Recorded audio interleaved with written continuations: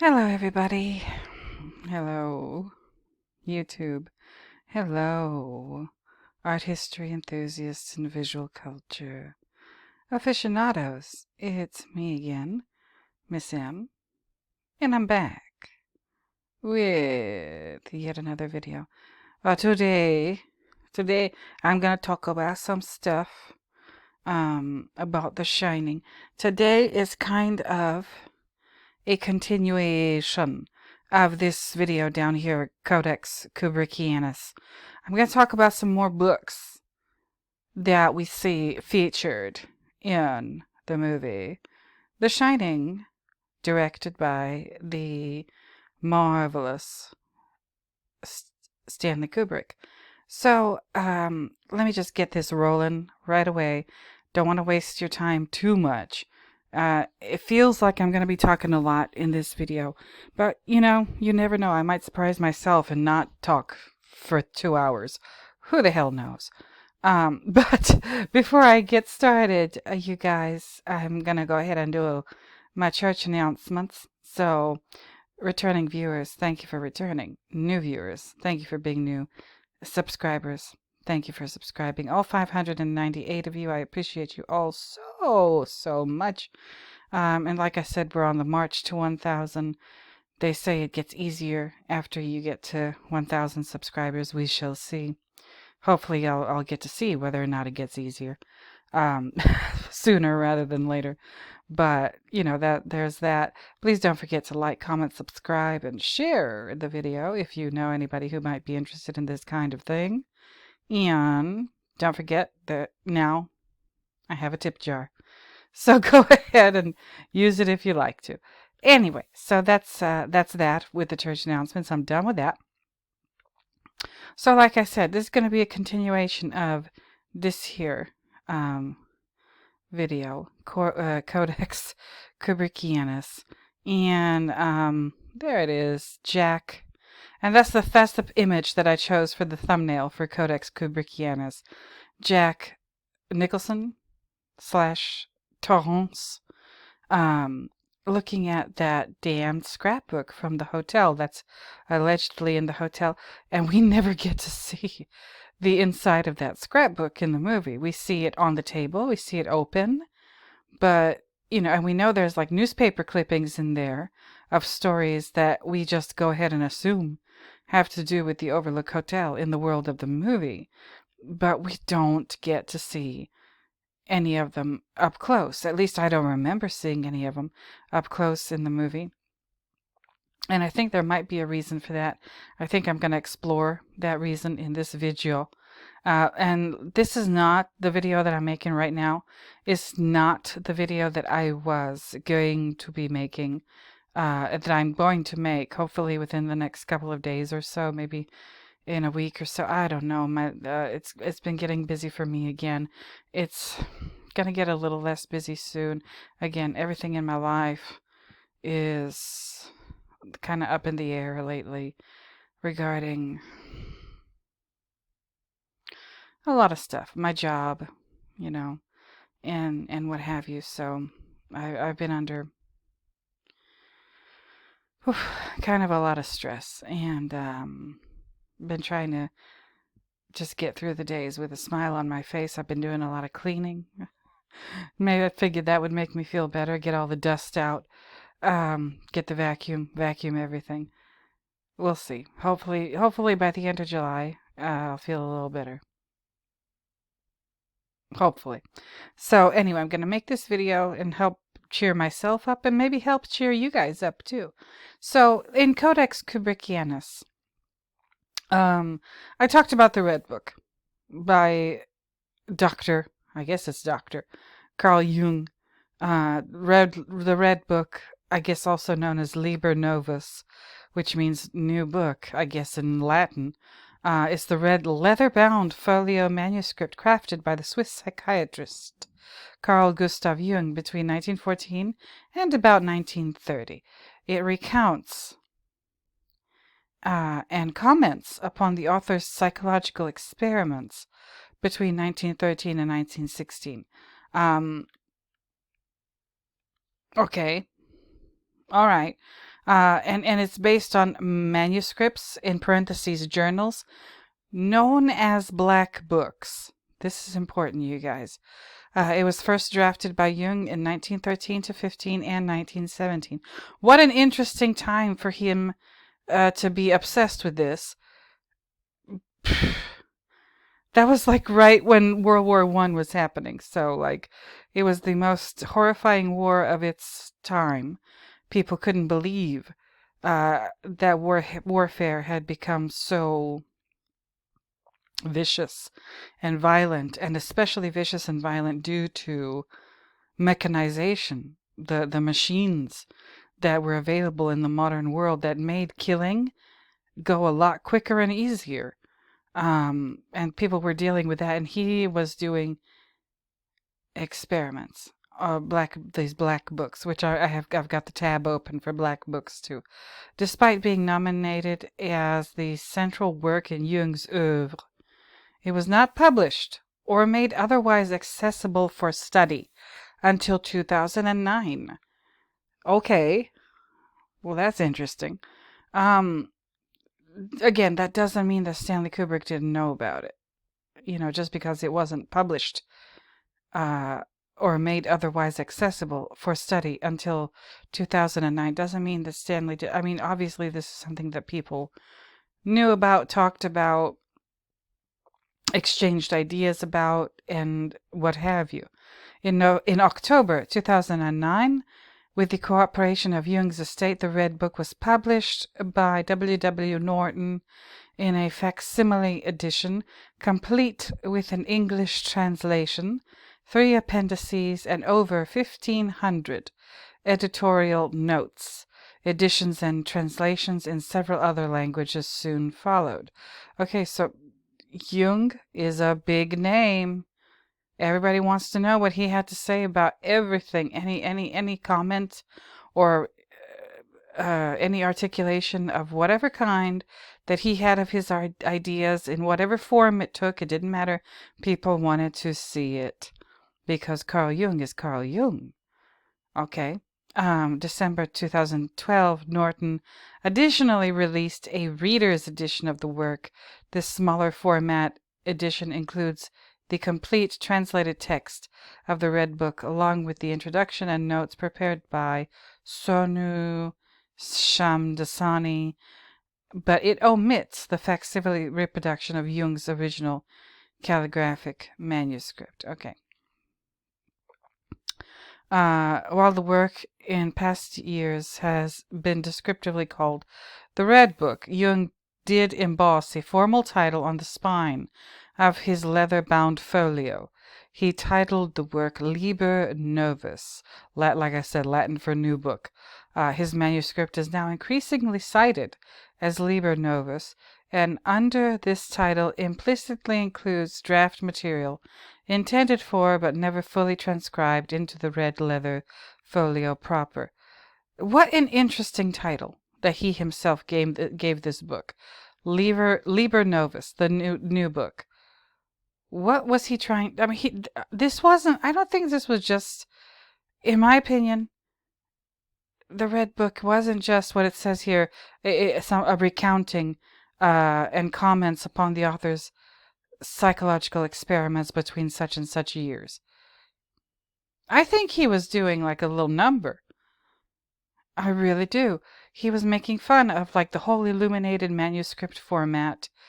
I believe maybe either Carl Jung did this thing, and it was pure sarcasm. I could be wrong. I know. And all of you jerks, not my regulars. No, you guys are cool. But like some of you jerks that come up in the comments and tell me that I don't know what I'm saying. Like, fool, do you think I know? Do you think I don't know that I could be wrong about the shit that I'm saying? Do you I mean, seriously. Like, who do you think you're talking to? Those of you in the comments who come here just to be smart. I know that. I know I could be dead ass wrong about a lot of this shit. But you know what? Difference between me and you? I don't give a damn. I really don't give a flying motherfucking shit about whether or not I'm wrong. I am trying to figure some shit out. And the only way to do that is to, like Nike says, just do it. And if you do that, you're gonna make mistakes. Yeah, you are. Yeah, you are. I'm not a bad baker. Here's my ridiculous, craptacular little analogy. I'm a pretty damn good baker. I make good cakes and pies and cookies and etc. How did I learn how to do that? I opened up the cookbook and I got my ingredients together and all my shit, and I started doing it. And my first cakes and pies and cookies and etc. maybe not so great, but I got better and better and better and better. Same thing here. Same thing here. I'm trying to figure out this movie, and not just this movie, but a lot of things connected to the movie that I believe Stanley Kubrick wants his audience to be aware of and explore and think about and what have you. And he wants to help us educate ourselves. The only way to do that is to make us curious and to do something that's intriguing and that inspires you to go look at some shit and read a book and think about all these different ideas and what have you. That is his genius. That is a huge part of his genius. He could provide an education that would rival maybe some of the best schools on planet Earth because he makes you want to go out and do the damn thing. Okay, so y'all in the comments, like, if you don't, it's cool. You can comment, whatever. As long as you're respectful, I won't delete your comment. But you could YouTube is for everybody. You can make videos too. And tell the people what you think is the right thing. What you think is the right answer. And by the way, I'm doing this completely solo. I'm not getting any help. If I cite somebody else's material, I let you know who that person is. I put the link in the description so you can go look at the shit for yourself. I don't claim anybody else's content or ideas or whatever as my own. So I got that shit going for me, right? You jerks. Anyway, so where was I going with this and why?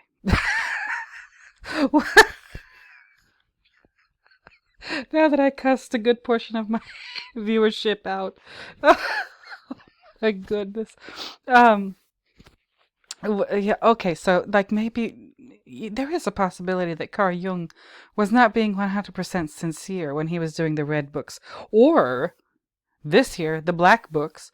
Okay, so there's the red books and there's the black books, y'all. So when most of the discussions that I've perused online regarding Carl Jung in this book, they concentrate on the red book.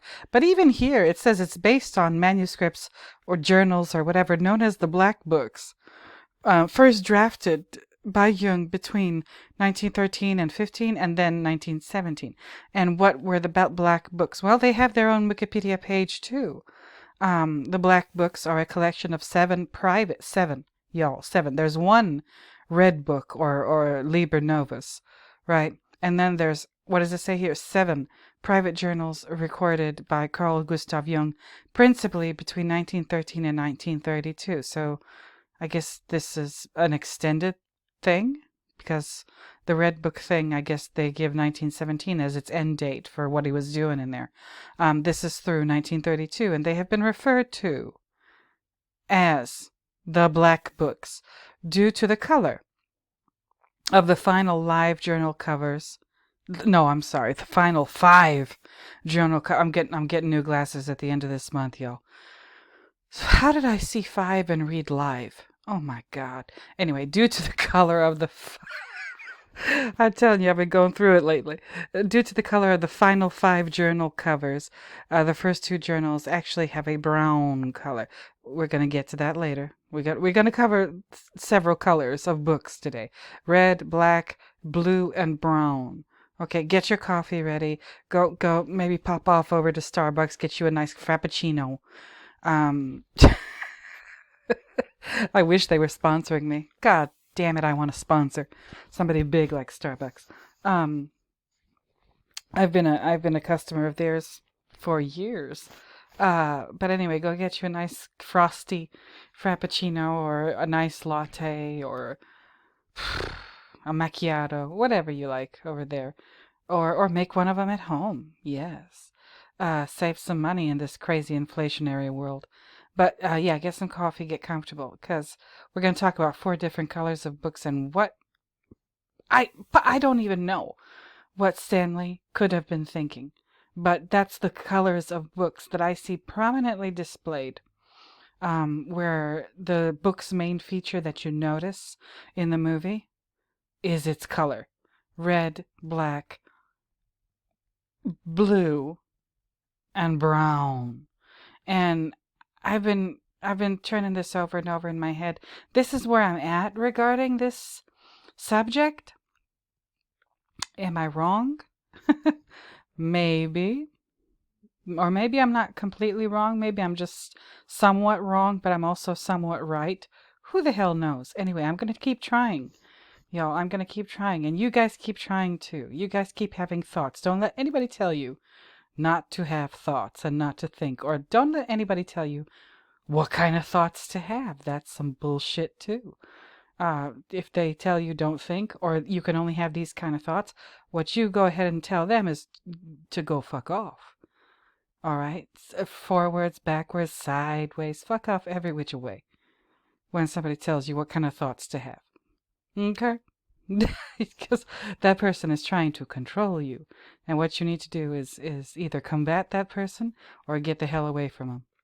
But anyway, so we're covering 4 colors of books here. Now, the portion of here it says on the Wikipedia, the portion of the journal account that is of particular interest begins in the second of the 7 journals on the night of the 12th of November 1913.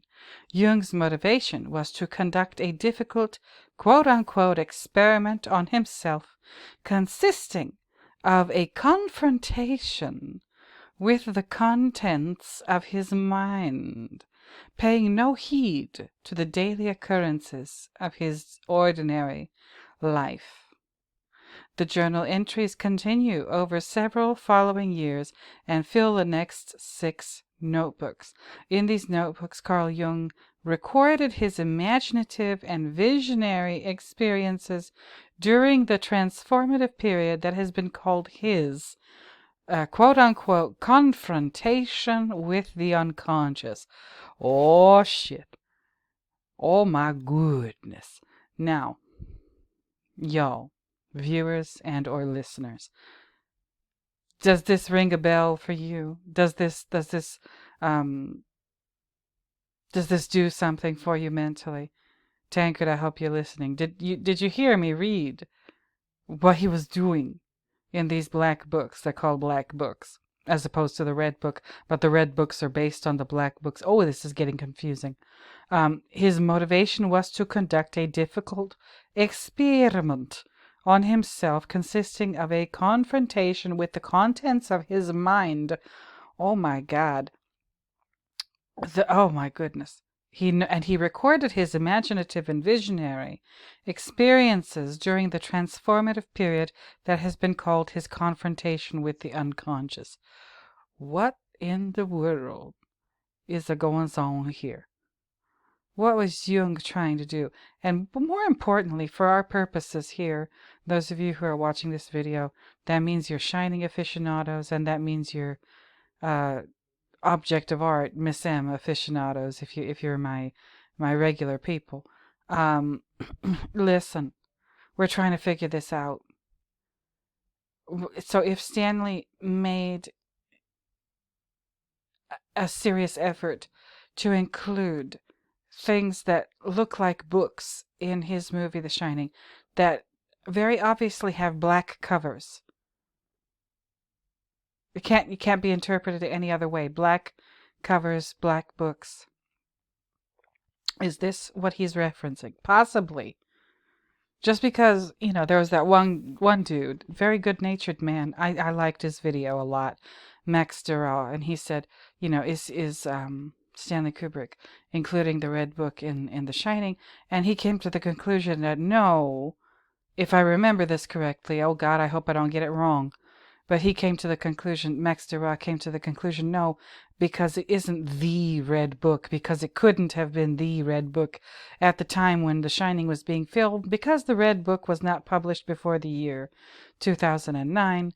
And to that, and he said that then he completely abandons the idea of Stanley Kubrick including the Red Book in the movie. And I was like, why? Why give up so quickly? Just because it's not the Red Book doesn't mean it's not the Red Book. Yeah, so it's representative of, this year. And again, the Black Books, I believe they are representative. This is where I'm at right now, of this year. The Black Books by Carl Jung, where he's doing these experiments with his, or what is it called here? His confrontation with the unconscious. Okie dokie. The Ledger of Experiences was the foundation for the text of Jung's Red Book, Liber Novus. There we go. The majority of the journal entries were made prior to 1920. However, Jung continued to make occasional entries up until at least 1932, though the Black Books are referenced and occasionally quoted by Sonu Shamdasani in his editorial to the Red Book, Liber Novus. The journals have otherwise previously been unavailable for academic study. Okay, so who is this Sonu person? Okay. He was a professor at the University College of London. Research and writings focused on Carl Gustav Jung. And how did this person get access to these things if they were previously? But I guess maybe I don't know. I'm not going to speculate, and I don't have time to really get into this Sonu Shamdasani person. But I don't know what to think of this, y'all. Because I'm a suspicious person. I repeat, I do not just accept a story at face value. Even the official, what have you, narrative or whatever regarding any given subject or situation, I'm always, well, maybe not always, maybe I should be even more vigilant, but I'm very often aware of the possibility that somebody's trying to put one over on me. Or not just me in this case, but lots of people, right? Lying to the public. And I don't know, maybe I'm being suspicious or skeptical needlessly, but I don't know. I just don't know. Now, you can read through this yourself. There's this whole Wikipedia page about it, and it's not very long for some reason. I don't know why. If this thing is so famous. The one on the Red Book is it much longer? Yeah, no, it's not that much longer either. Well, okay. But we got the Red Book and we got the Black Book. No. Well, what do we have here? Carl Jung's Wikipedia page. You could look at this, read through it as much as you like. I'm not so much, personally, concerned with Jung's life, his personal life, his whatever. I mean, his work, I suppose it is intriguing in its own way. But even in Jung's biography, in his Wikipedia page here, they mention the Red Book and the Black Book. Okay? It says, I'm glad I scrolled down. Look at this. The Black Books and the Red Book. In 1913, at the age of 38, oh dear, Jung experienced a horrible confrontation with the unconscious. He saw visions and heard voices. What? Tankard.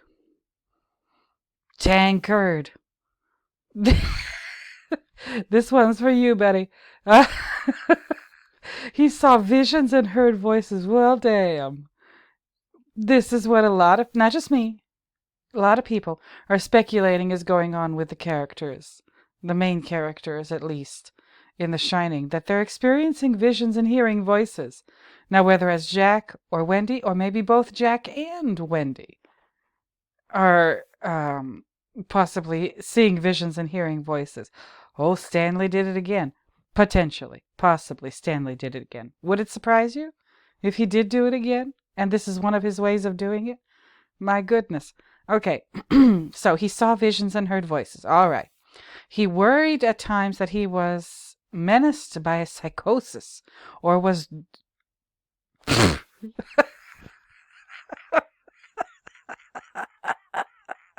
Excuse me. I've never heard of it put this way before. he, he, I'm sorry, this is not funny, but it is though. He worried, he worried at times that he was quote unquote menaced by psychosis or was quote unquote doing a schizophrenia. Oh no.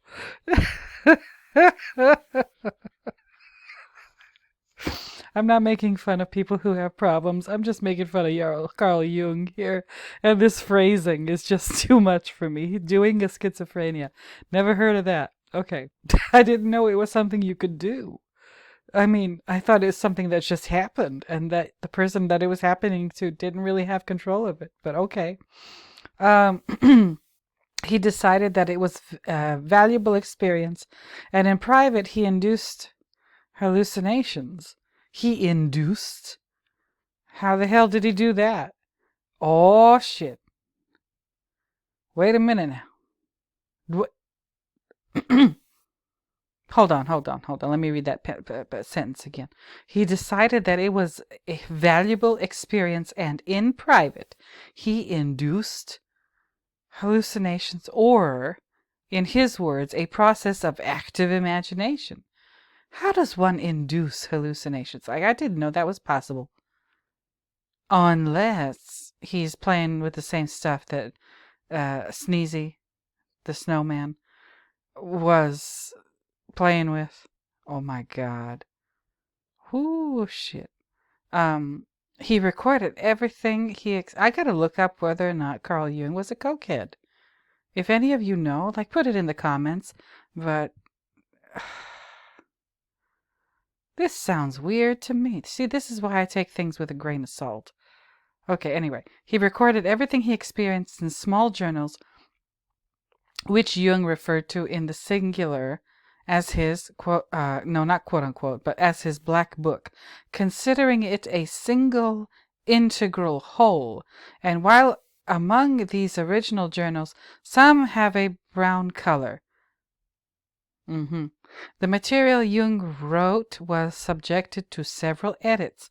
See, I don't like this shit. Why was it subject? Who edited it? Was it Jung himself? Was it one of his assistants, secretaries, students, what have you? Okay. The material Jung wrote was subjected to several edits, handwritten and typed, including another second layer, quote unquote, second layer of text, his continual psychological interpretations during the process of editing.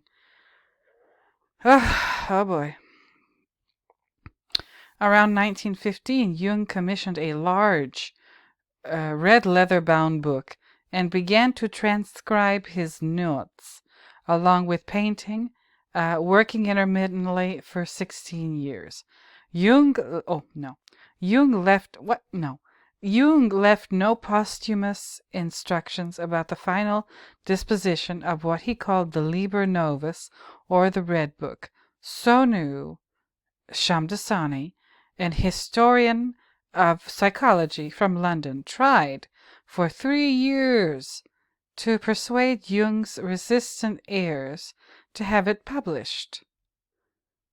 Oh, I gotta look up this Shamdasani person. This is a little sketchy to me. But I'll reserve judgment for now.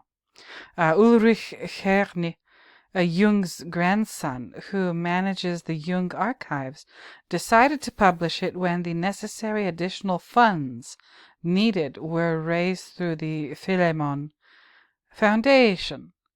Up until mid-September 2008, fewer than 24 people had ever seen it. Okay. Now that's interesting. I don't know what to think of this. I would love to hear or read what you all think of this in the comments. Please put it down there. because this is very, again, shout out to Bailey Sarian.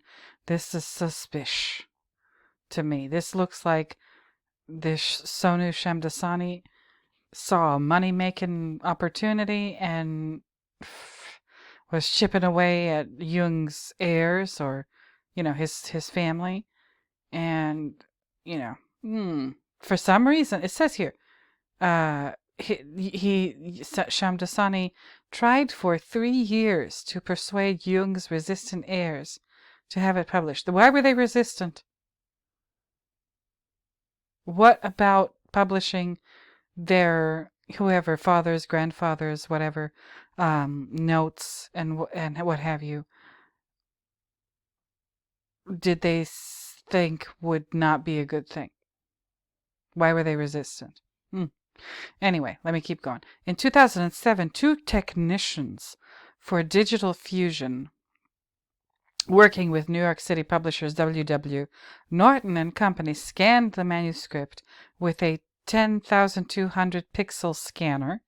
It was published on the 7th of October. Why do I keep saying November? 7th of October 2009 in German with a, quote, separate English translation along with Shamdasani's introduction and footnotes, end quote, at the back of the book. According to Sarah Corbett, reviewing the text for the New York Times, the book is bombastic, baroque, and like so much else about Carl Jung, a willful oddity, synced with an antediluvian and mystical reality. What the hell does that even mean? Sarah Corbett, that sentence is too much. Is too much. That she was trying to do too much with that sentence. No. The Rubin Museum of Art in New York City displayed Jung's Red Book leather folio, as well as some of his original quote-unquote Black Book journals from the 7th of October 2009 to the 15th of February 2010. According to them, this is a quote, during the period in which he worked on this book, Jung developed his principal theories of archetypes, collective unconscious, and the process of individuation. 2/3 of the pages bear Jung's illuminations and illustrations to the text.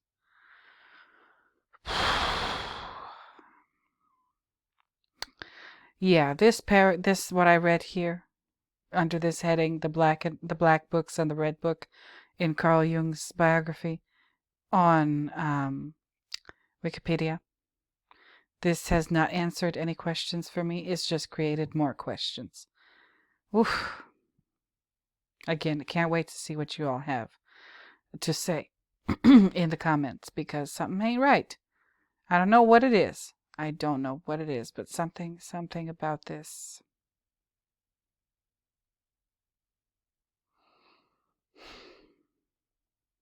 I don't know what to think. I see.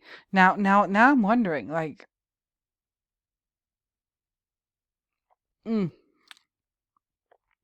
was this whole thing just a cash grab? Was this whole thing just like this character trying to capitalize off of Carl Jung's name? I don't know. I don't know what to think. Let me move on to my next tab. Here it is, Jungian archetypes. Now, we talked about this a little bit, and I was, I expressed a little bit of skepticism towards these archetype things. I don't know what to think. I mean, I have like a gist of what is going on with archetypes, but I don't know whether or not I agree with them. I really don't. And I'm wondering whether or not Stanley agreed with them. And if he did use that, whether it's the red book, the black book, and it says, while Jung was working on the red book and black books or whatever, he was actually at the same time working on, what does it say? During the period in which he worked on this book, Jung developed his principal theories of archetypes, collective unconscious, and the process of individuation. Okay, cool. Now, is Stanley using the red book and black books in order to draw your attention to Carl Jung and draw your attention to his very famous idea. This here, it's got its own Wikipedia page. That means it's important. Jungian archetypes. And is he criticizing that? And is he, I mean, we're talking about Stanley Kubrick here. I don't, I could be wrong, but I don't think that my speculations here are that far-fetched. So let me read this first part. Jungian archetypes are a concept from psychology that refers to a universal inherited idea, pattern of thought, or image that is present in the collective unconscious of all human beings. The psychic counterpart of instinct. Oh, really? Okay. Psychic counterpart of instinct. Okay. The psychic counterpart of instinct. Archetypes are thought to be the basis of many of the common themes and symbols that appear in stories, myths, and dreams across different cultures and societies. Some examples of archetypes include those of the mother, the child, the trickster, and the flood, okay, among others. The concept of archetypes and the collective unconscious was first proposed by Carl Jung, a Swiss psychiatrist and psychoanalyst. According to Jung, archetypes are innate patterns of thought and behavior that strive for realization within an individual's environment. This process of actualization influences the degree of individuation or the development of the individual's unique identity. For instance, how can it be unique if it's just like everybody else's on planet Earth? Oh, Lord. For instance, the presence of a maternal figure who closely matches the child's idealized concept of a mother can evoke innate expectations and activate the mother archetype in the child's mind. This archetype is incorporated into the child's personal unconscious as a mother complex, which is a functional unit of the personal unconscious that is analogous to an archetype in the collective unconscious. This actually to me sounds like some kind of marketing ploy. Like specifically they're talking about the mother complex, the mother archetype here. This sounds like something that you could use to sell cereal, granola bars, Ovaltine, that kind of thing. And if it works, that's how it works. It's a great way to get people to be on board with ideas that they normally wouldn't be, as long as you frame it as something maternal. Oh, Lordy Lord. Hold on. Let me see if I want to read this last paragraph here. Oh, okay. Critics. I didn't even know he had critics. I thought everybody just agreed with him. Critics have accused Jung of metaphysical essentialism. Well, what is that? Metaphysical, we know what that is, a branch of philosophy that studies the fundamental nature of reality. Okay. And essentialism is the view that objects have a set of attributes that are necessary to their identity. Have accused Jung of metaphysical essentialism. Okay.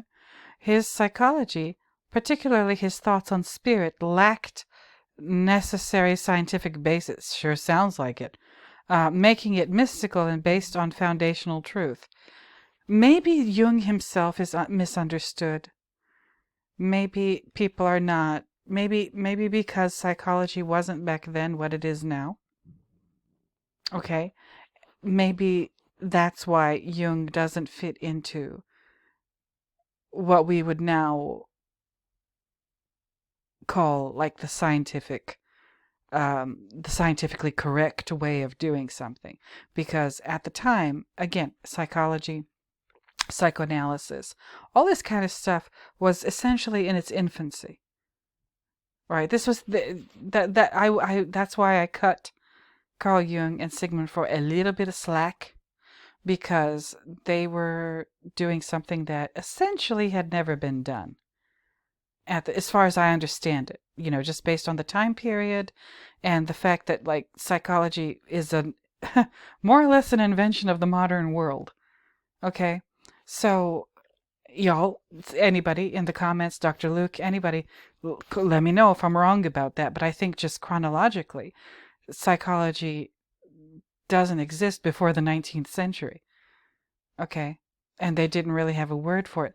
And in The Exorcist, if you watch that movie, um, William Peter Blatty, through the character of Father Karras, is kind of commenting on that and drawing the viewer's attention to, the fact that in the past, when people had what we now call mental health issues, it wasn't called a mental health issue. They didn't try to deal with it in a medical or a scientific way. That person was just declared either insane or possessed by demons. Okay? They didn't try to give them any kind of psychiatric medication. They didn't try therapy. They didn't try none of that. They just needed to contain that person and make sure they, hopefully didn't cause any damage or any embarrassment to their family or whatever, and they put them in a home or exorcise them.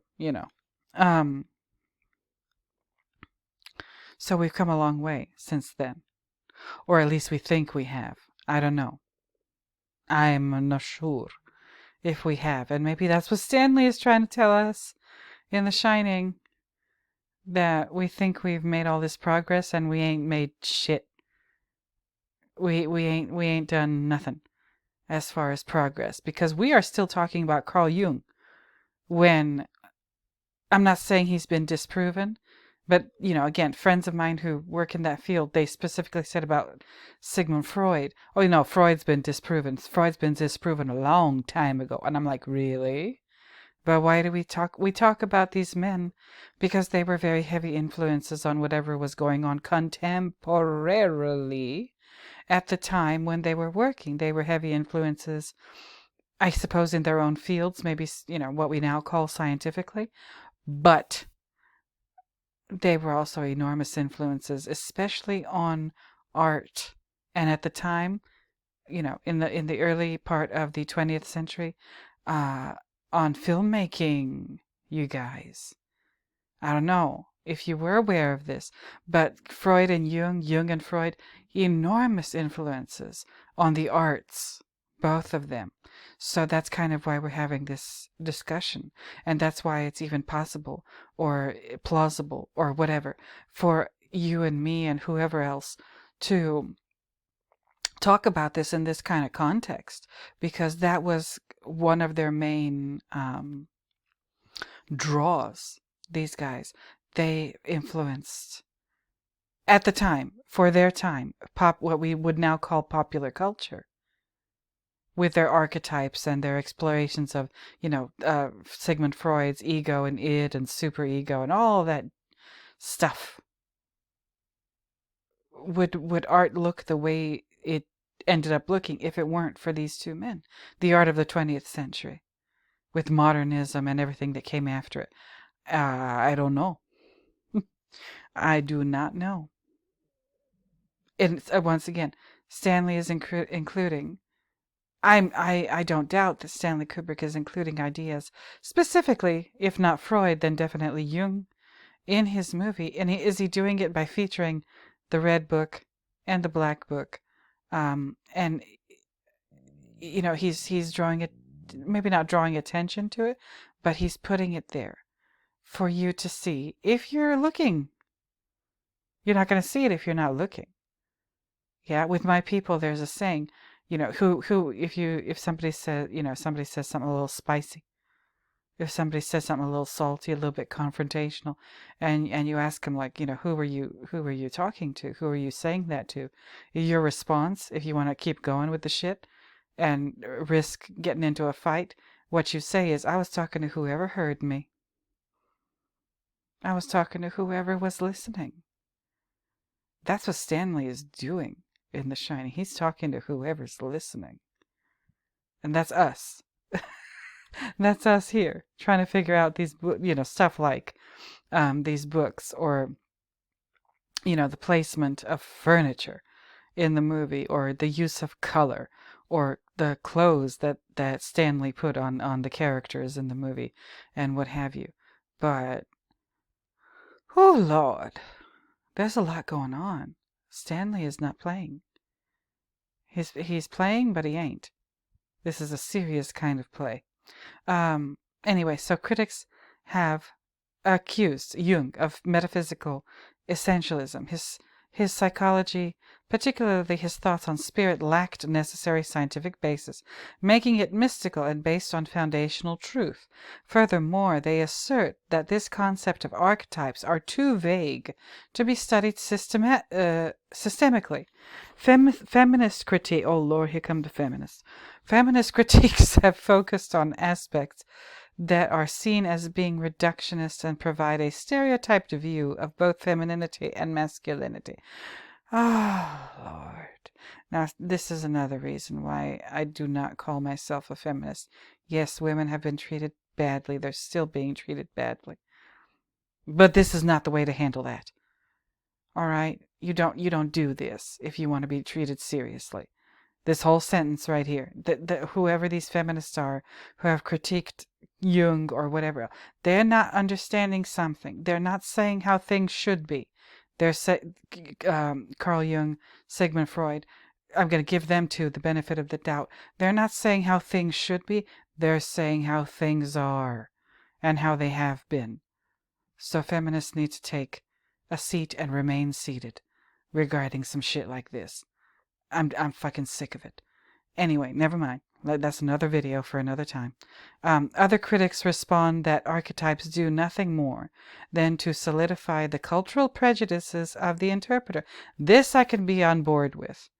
Because this is something that, you would expect somebody, a big name like a Jung, to realize that his own bias or his own preconceived notions about things, or his own whatever, his background, whatever, might have had a colossal influence on the way he structured this, or, his particular choices of imagery or stuff. Because he's just going, if he's serious about this, if he's not being sarcastic, if there's no irony going on here, then he just assumes that he knows everything. Because that's what it amounts to with shit like this. He's designated all of these archetypes and what have you. Like, based on what? Where is his, I want to see his notes. I want to see, like, in school they tell you show your work. I want to see his work. We just see this finished product that's been heavily edited by, what's his face? The dude that I'm suspicious about, Sonu Shamdasani. Like, I want to know what happened. I don't think I ever will get to know, but, I'm curious. Despite these criticisms, Jung's ideas on archetypes have gained traction in literary and metaphysical circles.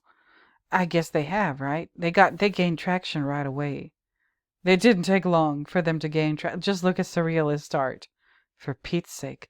Okay, archetypal literary criticism has influenced many works of fiction. And some spiritual individuals view the archetypes as representing universal, cross-cultural, metaphysical truths. Why? Why do they view the archetypes that way? I don't know. I see what I mean? See why I'm skeptical about this shit? It don't make no sense, and it looks like some people are up to no good. Okay? That's why I'm skeptical. I am sorry. I can't help it. However, the concept of archetypes has not been widely adopted in the field of psychiatry. Well, thank goodness for that. Ay. Listen, I might be coming back to this page sometime because there's some shit going on here. There's some shit. And you know me. You know I love a good shitty mess. So, excuse me. But, okay, so that's that. Jung's archetypes. And, okay, we gonna get to this in a second. Let me go take a little coffee break because I don't know if you're ready for what I have cooking in this video next. If you're one of my regulars, go get another cup of coffee and maybe a bun or a donut or whatever you enjoy with your coffee, because this is going to get bumpy real quick. So I'm going to do that too. I'm going to get a cup coffee break. I'll be right back. Stick around. And I'm back. Okay, y'all. So let me hold on one second. Okay, I'm back again. So I wanted to show you some pictures before I continue with my 1, 2, 3, 4, 5 remaining tabs. Hopefully this will go a little more quickly than the first 4 have gone.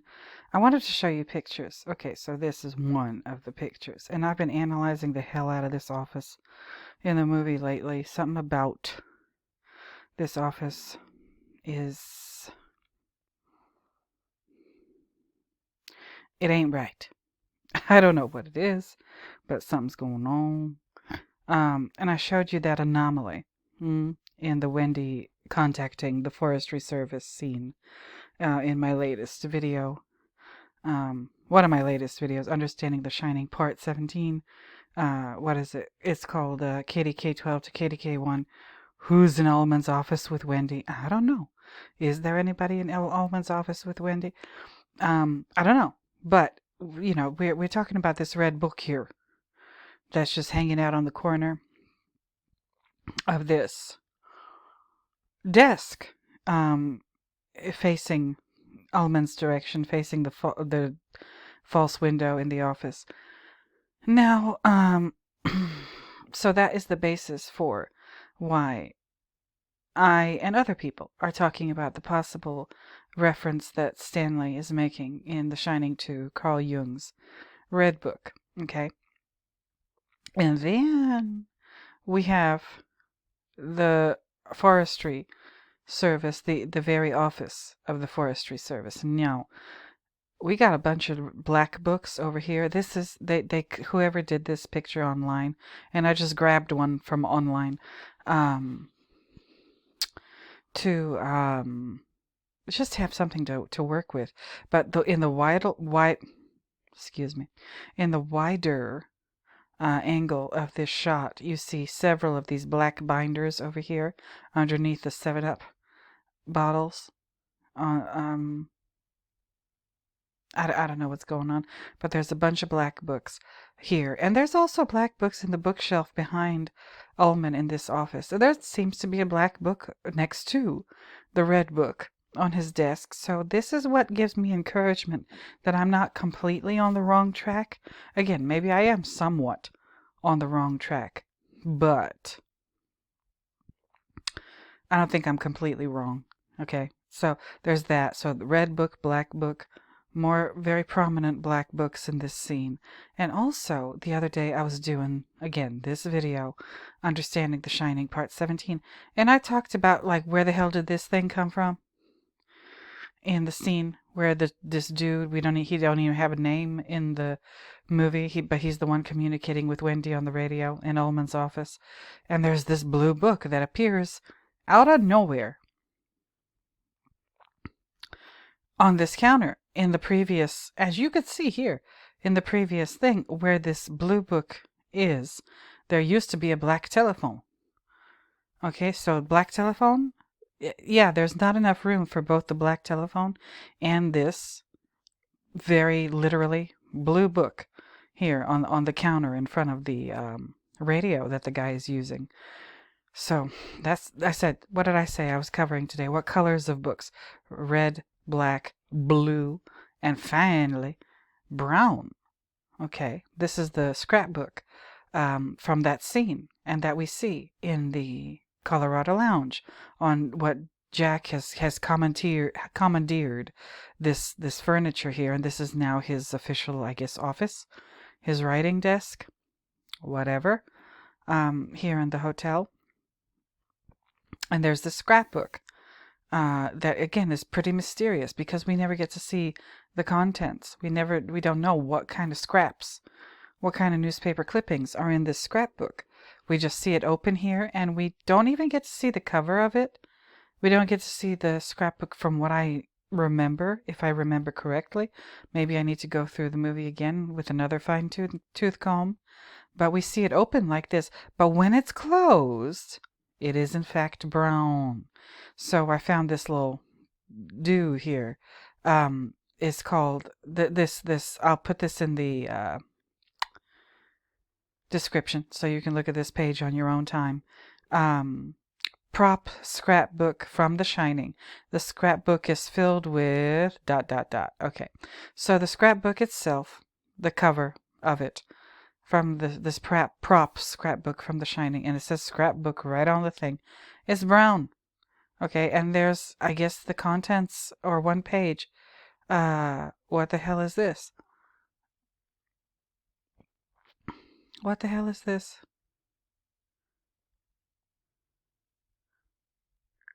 What the hell is this?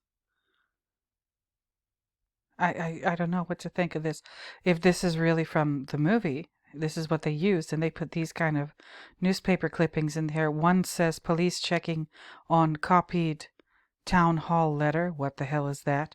Then there's another one that says 2 men in scene. Oh, golly. Tables knocked over and beer glasses smashed.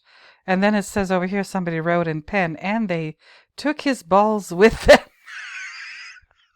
What?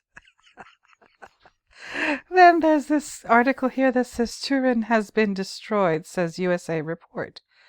What? Turin? Are they talking about Torino, Italy? What the hell is going on here? Okay.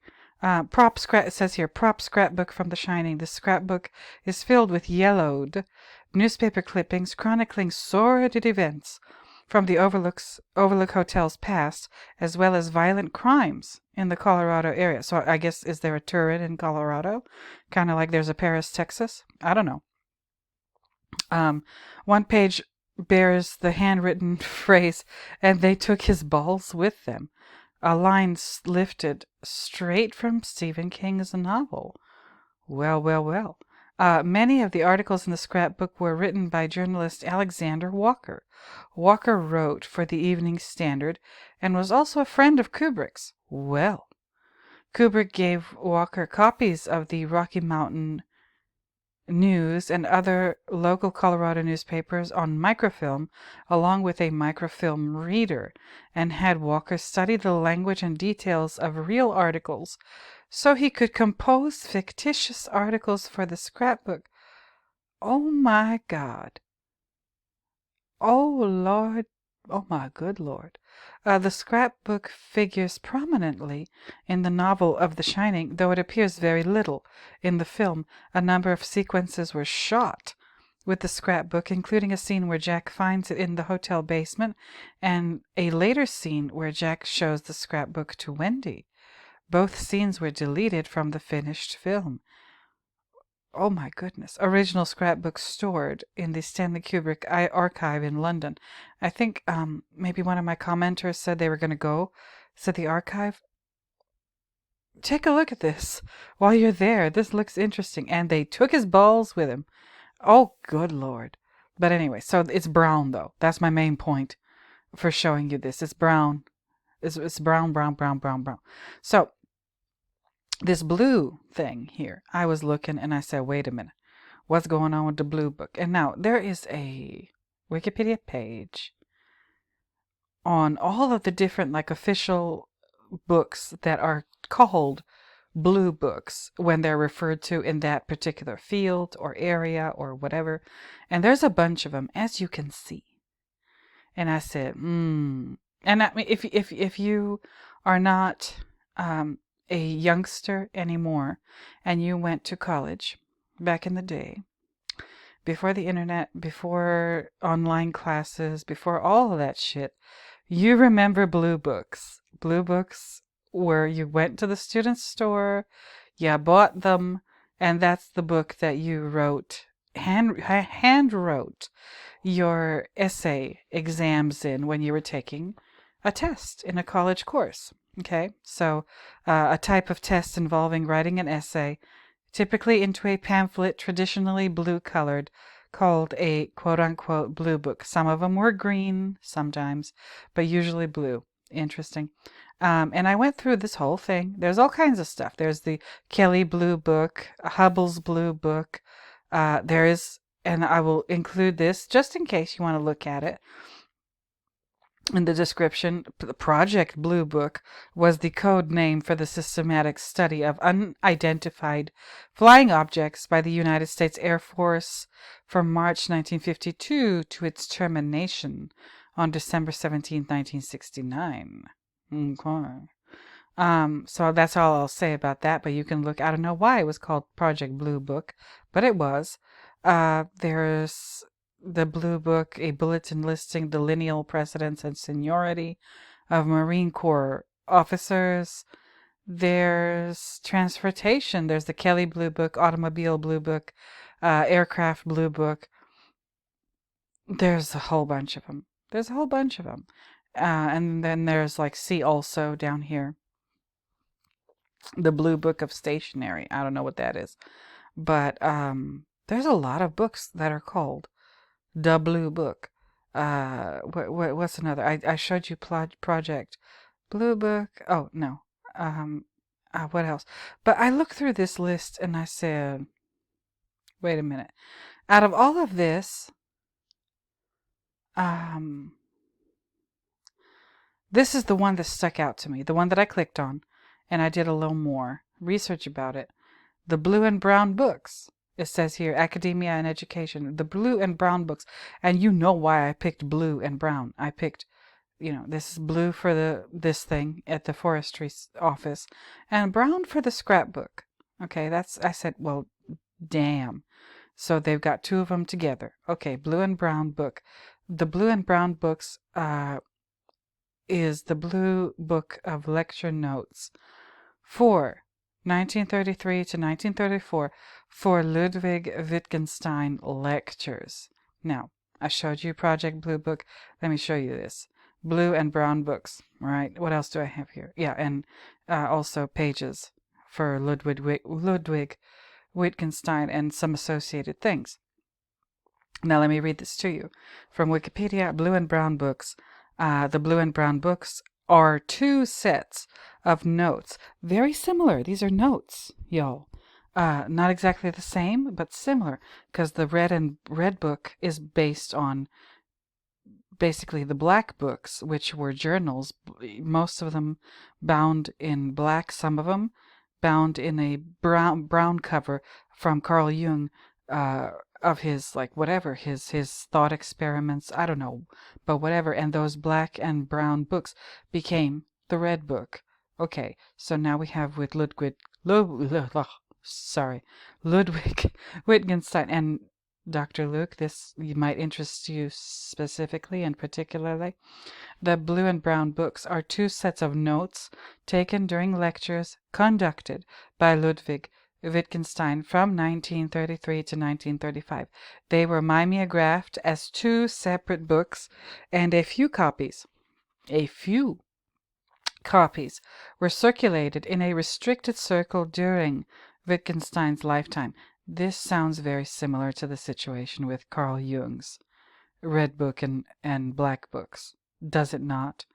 So only a few of them were floating around, or like whatever, during Jung's lifetime. Same thing with during Wittgenstein's lifetime. The lecture notes from 1933 through 1934 were bound in blue cloth, and the notes dictated in 1934 to 1935 were bound in brown.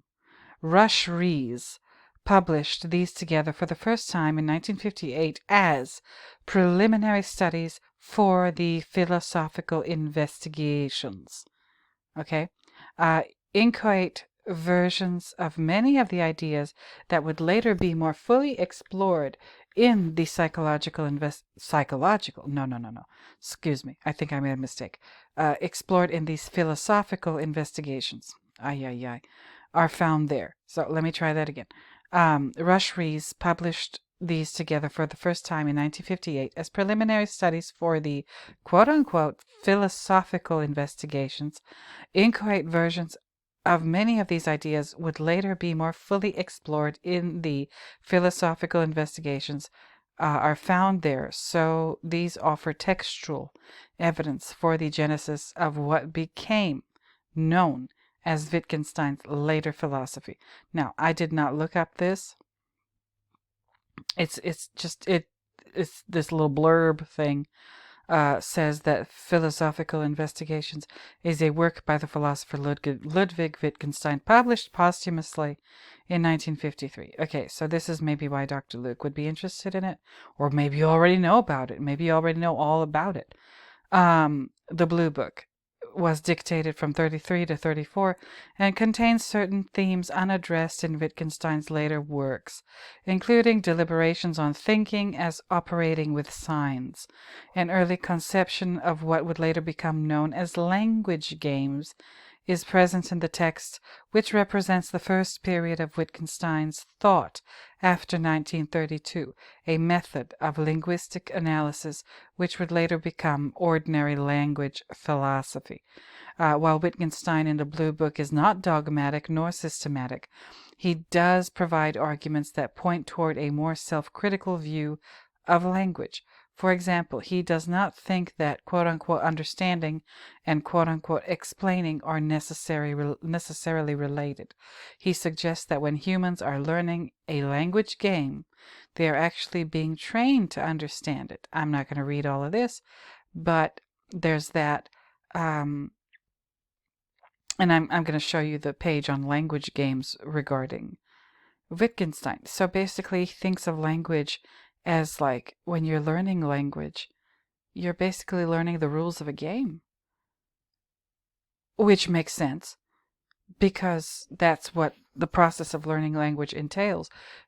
Whether or not you remember, if you can remember all the way back to when you were a child and acquiring your own native language, maybe through school, kindergarten, learning your letters and your numbers and the days of the week, the months of the year, the colors, how to tell time, how to count, all this stuff.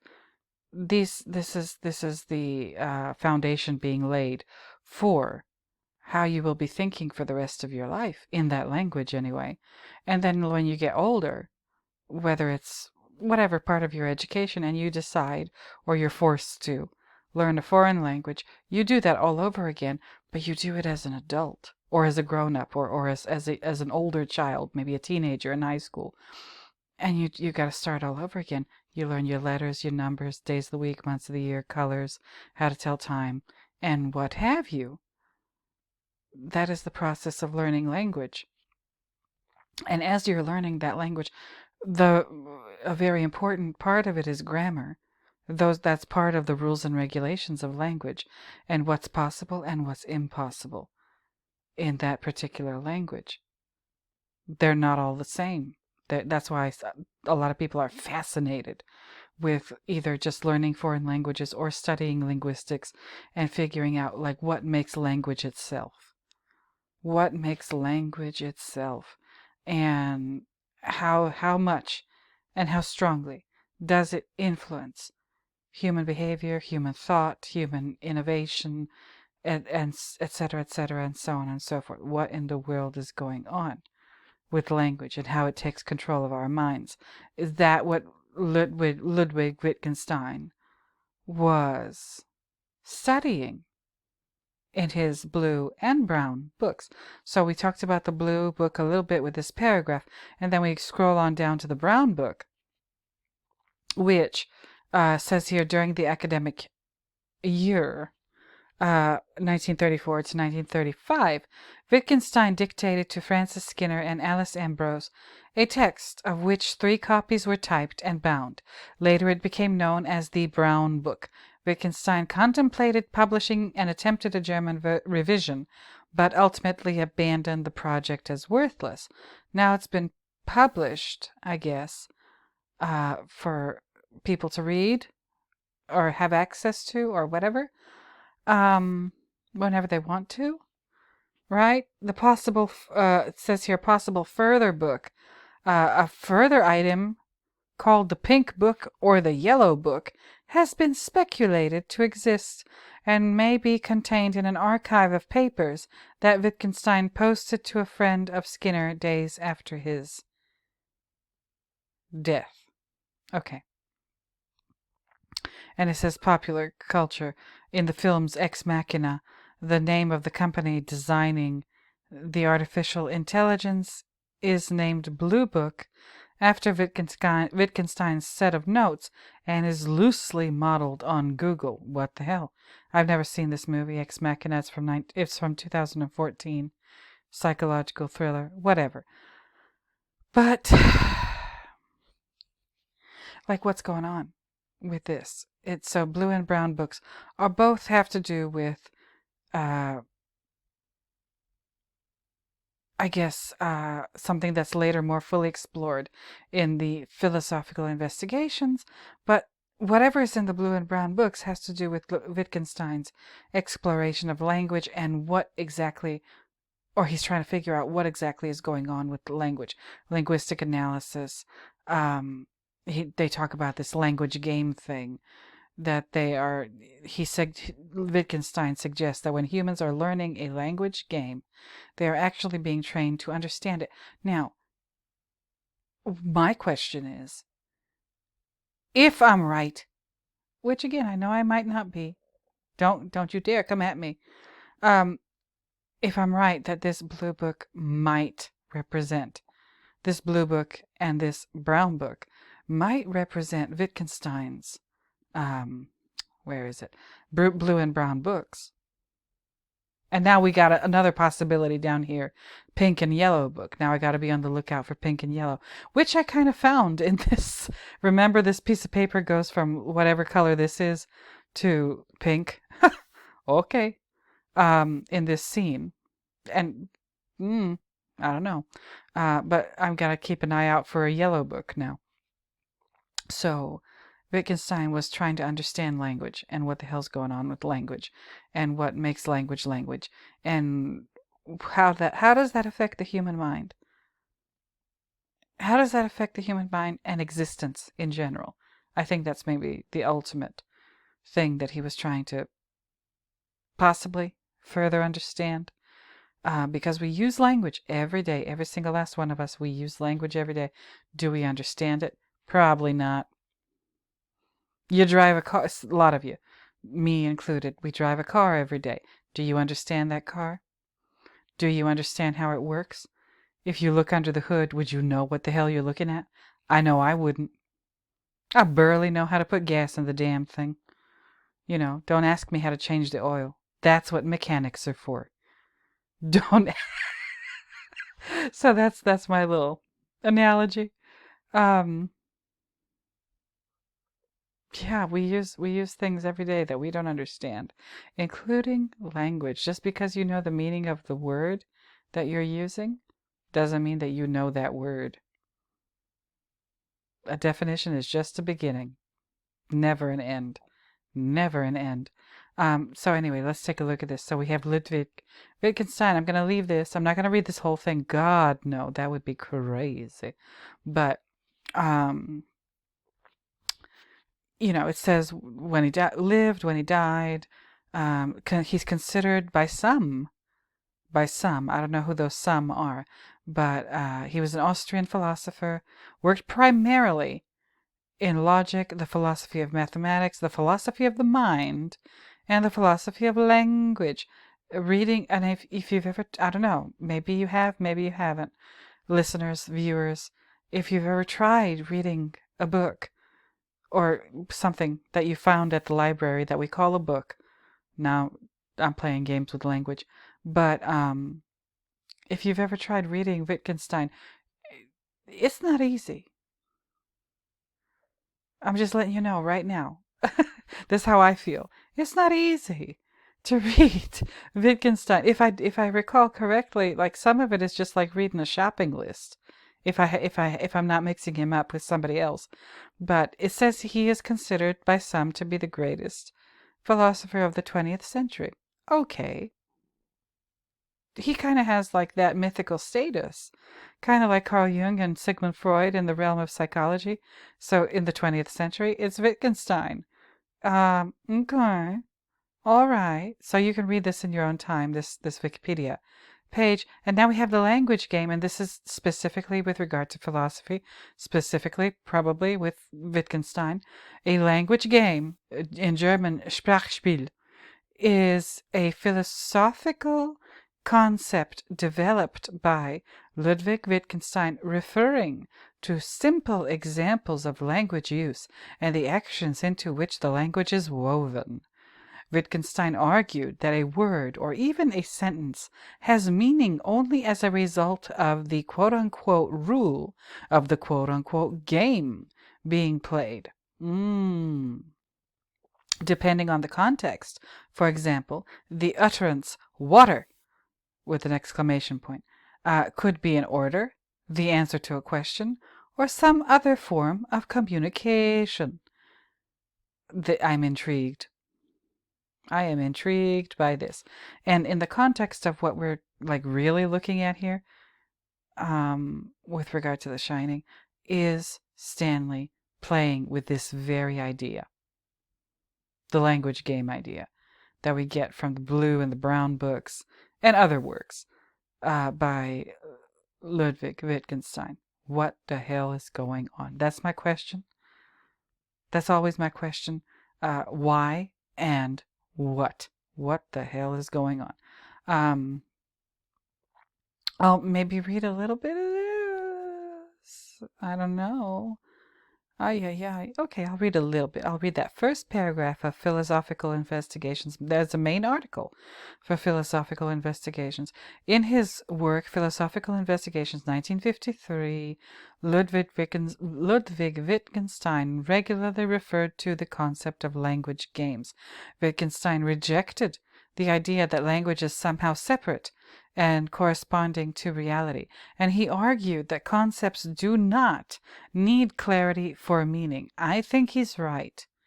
We put meaning, somebody put the meaning there, and it doesn't matter whether or not you or I understand it. It's the person who did it, maybe 100 years ago, maybe 500 years ago, maybe several thousands of years ago, but somebody put it there, and that person was a person who probably had a lot of power.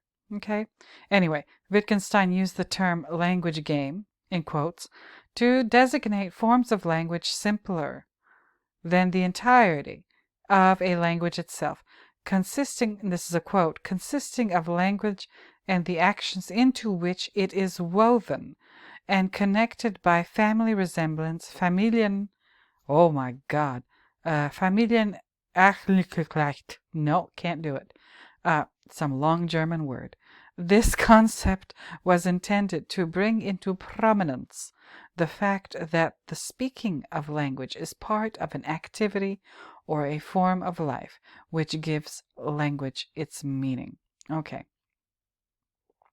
Wittgenstein develops this discussion of games into the key notion of a language game. He introduces the term using simple sentences, but intends it to be used for the many ways in which we use language. The central components of language games is that they are uses of language, and language is used in multifarious ways. For example, in one language game, a word might be used to stand for or refer to an object, but in another, the same word might be used for giving orders or asking questions, and so on.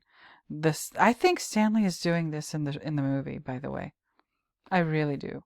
In The Shining, he's definitely playing language games. The famous example is the meaning of the word game. We speak of various kinds of games: board games, betting games, sports, war games.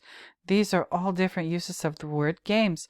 Wittgenstein also gives the example of water, which can be used as an exclamation, an order, a request, or an answer to a question. The meaning of the word depends on the language game within which it is being used. So, is language games just synonymous with purpose or context? I don't know. Another way Wittgenstein puts the point is that the word water has no meaning apart from its use within a language game. Oh, is this like Shakespeare or Rose by any other name? I'm just wondering out loud. One might use the word as an order to have someone else bring you a glass of water, but it can also be used to warn someone that water has been poisoned. One might even use the word as code by members of a secret society. Well. Okay. I'm not going to keep reading this. This is too much. I've already talked for over an hour. But my main question and my main curiosity in this whole video is Stanley referring to Jung with the red and the black books? And is he referring to Wittgenstein with the blue and the brown books in the movie that are featured pretty prominently in The Shining? Again, this blue thing on this counter in the Forestry Service where the phone should be, and this thing magically appeared. This blue book, they ain't got no business being there. It just ain't got no business being there.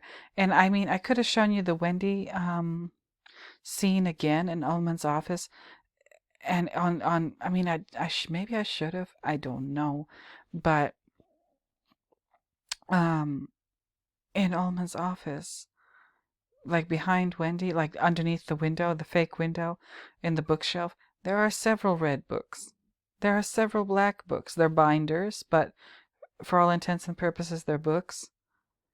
Is again Stanley pointing to the red book and the black book? And when we see this, is Stanley pointing to the blue book and the brown book for Wittgenstein? And again, Jung has to deal with archetypes. Wittgenstein has to do with language games. So is Stanley playing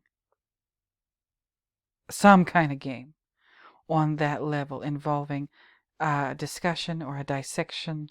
Or, I mean, this typewriter is very, very prominently featured in the movie.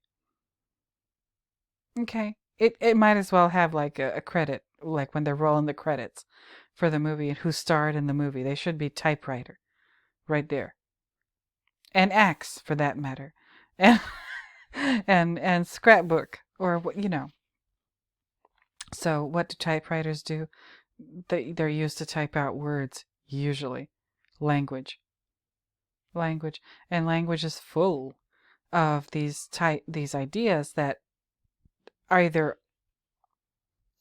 are related to or just a direct result of studying Jung's idea of archetypes, and also Wittgenstein's idea of language games and the way we use them and the way we play them, without maybe without even knowing that that's what we're doing.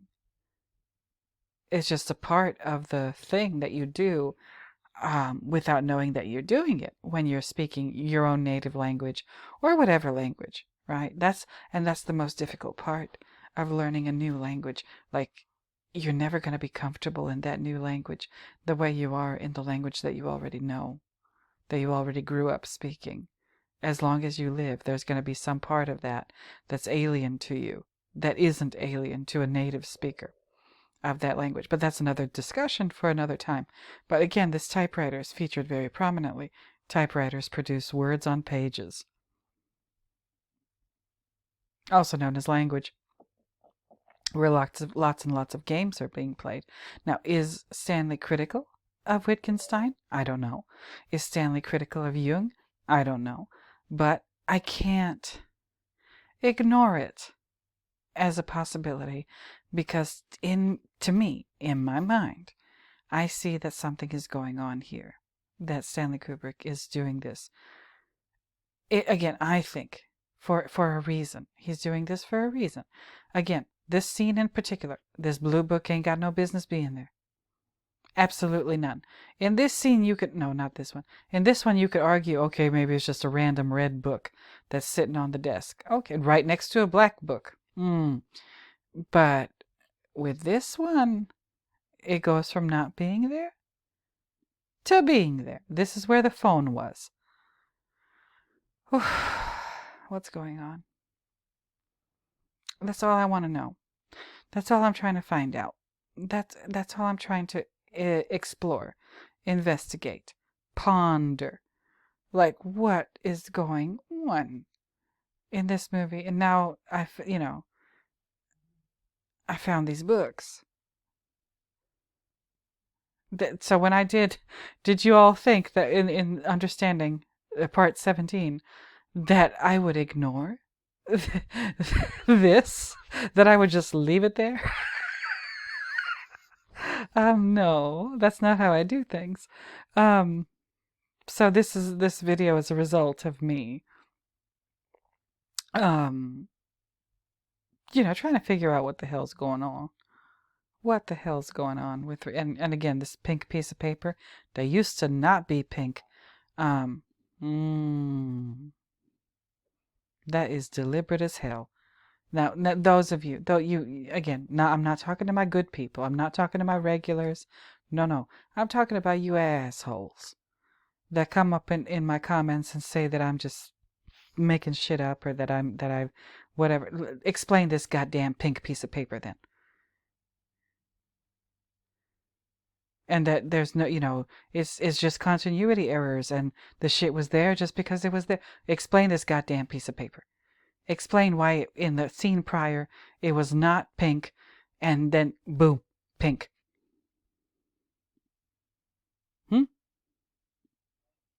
Do that. Explain that. Just this pink piece of paper. You can even forget about this blue book. Just this pink piece of paper. Somebody had to pin that to that bulletin board. I mean, why? Why change it? It's a bulletin board on this set that's supposed to look like the inside of the office of the Forestry Service.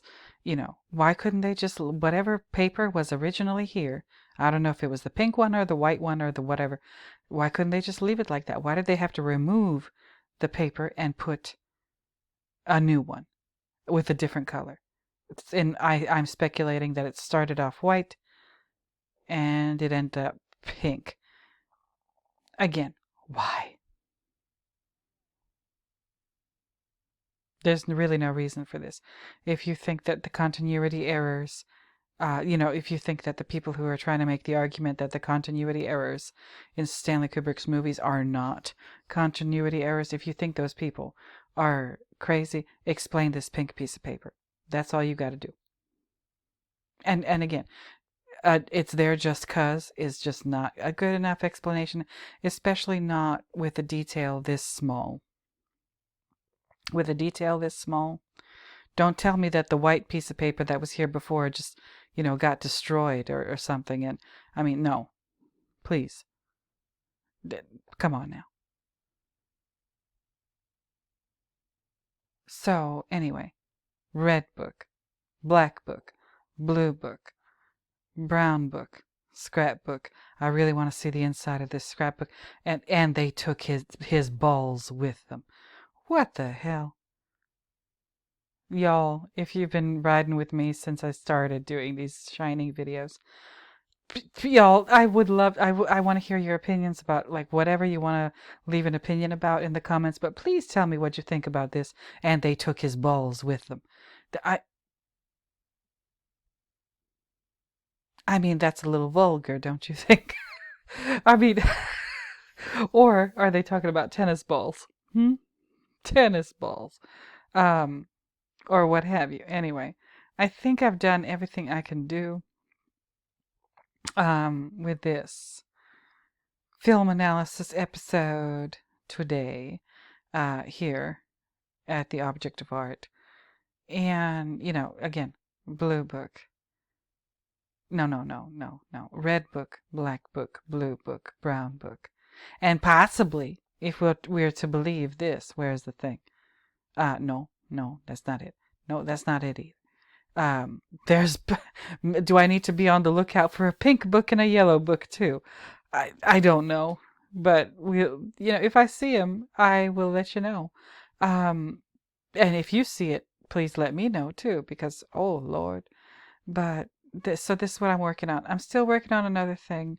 I'll be back in a couple days with a new video. Probably not on the big one that I'm working on. I'm kind of working on, a kind of, I don't know if it's on the same level as the vent video. In my mind, I think my vent video, I don't think I solved anything. Yeah, I know my title was clickbaity, but I'm pretty sure I'm the first person who noticed the vents missing in the camera walk on closing day of the hotel. Now, I'm working on something else. I'm working on a theory, not necessarily an observation. So the vents were basically an observation. Do I know what they mean? Actually, no, I don't, but I saw them. I noticed that there's a difference. Okay, and then I started noticing vents in other rooms that I didn't notice before.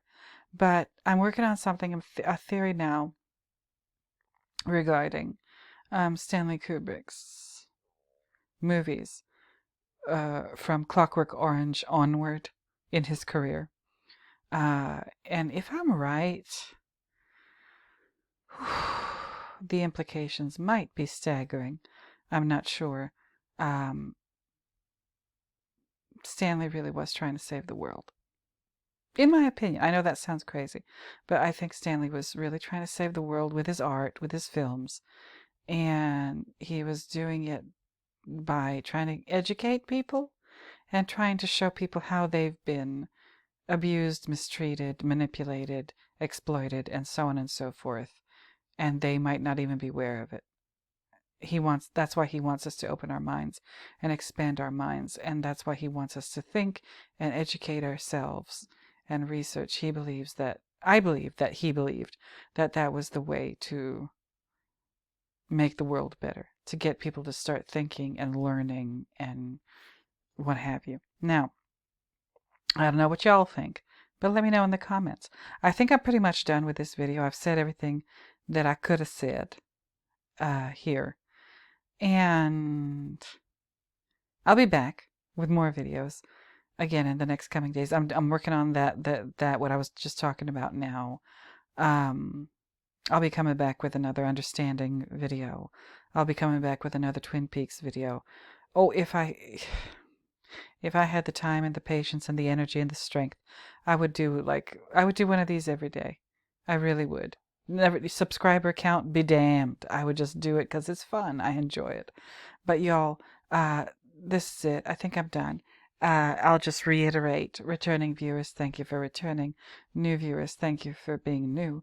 Subscribers, thank you for subscribing. Don't forget to like, comment, subscribe, share. Maybe leave a tip in the tip jar if you want to. I can't wait to read what you put in the comments. If you want to call me crazy, go ahead and call me crazy, but be nice. For Pete's sake, I'm nice to y'all. Oh, Lord. But and I think that's about it. So until next time, you all, until the next time when I find yet another reason to talk at you in one of these videos, I will go ahead and bid you bye-bye. So, bye-bye, everybody.